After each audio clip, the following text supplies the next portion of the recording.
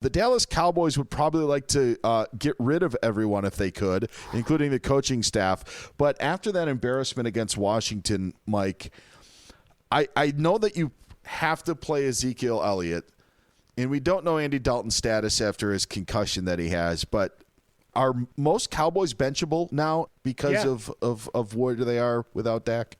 Yeah, I think we're at a point where I don't think any of them are automatic plays, including Ezekiel Elliott. You watched that game on Sunday. Who was the better running back on the field?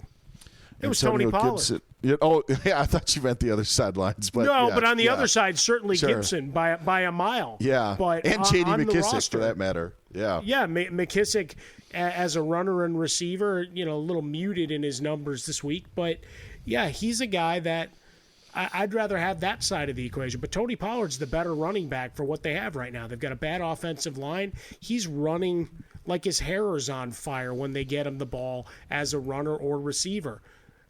Zeke Elliott's afraid, or seems afraid, right, that his ball security is a problem and running behind a shoddy offensive line, and we know he doesn't want anything to do with blitz pickup. He's not even pretending half the time. So I wouldn't be surprised to see Tony Pollard start taking a little more of the role, even though they paid Zeke.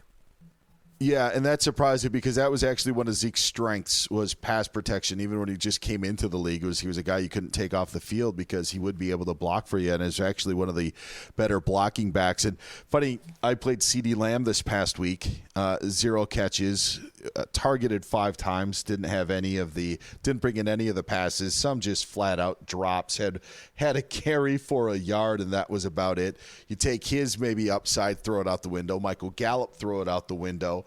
If DiNucci is your quarterback, none of them are. I'm playing no one against the Eagles on Sunday night. No, I mean, you saw Gallup with, what did he have, 2 targets, I think?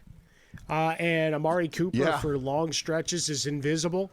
I mean, the only guy you half trust is the safety valve of Dalton Schultz. Just the desperation, just get the ball out of my hands. But now it's time to go trade for Ryan Fitzpatrick or someone to lead your team for a while. That hit on Andy Dalton was scary stuff, watching that live and in living color. But for fantasy purposes, they're done. They're done. They're all benchable.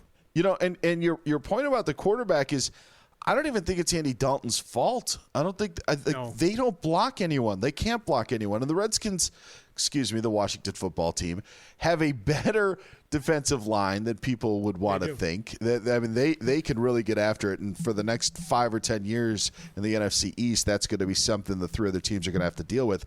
But trading for a quarterback change. You hear a lot of Sam Darnold rumors, like that sort of thing. It's like, doesn't matter. The quarterback's going to get crushed anyway, whoever's back there. So it doesn't matter if it's Andy Dalton, Ben DiNucci, or Ben Seaver from Growing Pains. They're going to get crushed.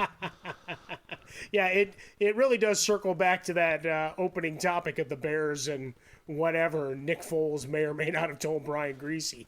You can say the same thing for the Cowboys, right? The injuries on that offensive line, it's you got no chance.